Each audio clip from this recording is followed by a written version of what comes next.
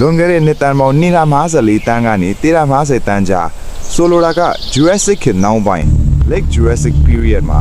ကမ္ဘာမြေကိုစိုးမိုးခဲ့တဲ့အေယာမော့တပ်ပတော်ကြီးတစ်ကောင်ရှိခဲ့ကြပါတယ်။အဲ့ဒါကတော့ Brachiosaurus ပါ။သူတို့ဟာနာမည်ကျော် T-Rex တွေတဲ့တောင်နှစ်တန်ပေါင်း80လောက်စောပြီးပေါ်ထွန်းခဲ့တာထိကြပါတယ်။ဒီတပ်တော်ကြီးရဲ့ထူးခြားချက်ကတော့ Brachiosaurus ဆိုတဲ့နာမည်အတိုင်းလက်မောင်းပန်ရှင်ပိုတင်ညိုလို့အဓိပ္ပာယ်ကြပါတယ်။ဘာလို့လဲဆိုတော့သူတို့ရဲ့ရှေ့ခြေထောက်တွေဟာနောက်ခြေထောက်တွေထက်ပိုရှည်နေခြင်းကြောင့်ထက်တယ်။ဒါကြောင့်သူတို့ရဲ့ခန္ဓာကိုယ်ဟာအပေါ်ကိုမော့တန်နေပြီးအရက်အမြင့်ဟာ45ပြီး14မီတာကျော်အထိရှည်ကြပါတယ်။သူတို့ဟာအခုခေတ်မြောက်အမေရိကတိုက်ထီလာမဲ့ဒေသတွေမှာကျက်စားခဲ့ကြတာပါ။တန်60နီးပါးလေးတဲ့ခန္ဓာကိုယ်ကြီးတွေအသက်ရှင်တန်နေဖို့အတွက်တရက်ကိုအပင်နဲ့တိလက်ပေါင်း400ကနေ900ခန့်200ကီလိုဂရမ်ခန့်အထိစားသုံးကြရပါတယ်။သူတို့ရဲ့အသက်အရွယ်ဟာလည်းအနည်းဆုံးအနှစ်80ကနေ100ကျော်အထိအသက်ရှင်တန်နိုင်တယ်လို့သိပ္ပံပညာရှင်တွေကခန့်မှန်းထားကြပါတယ်။ဒီတပ်တော်ကြီးရဲ့ပထမဆုံးကြောက်ဖေရုပ်ကျွင်းကို1900ပြည့်နှစ်မှာအမေရိကန်နိုင်ငံကော်လိုရာဒိုပြည်နယ်မှာစတင်တွေ့ရှိခဲ့တာပါ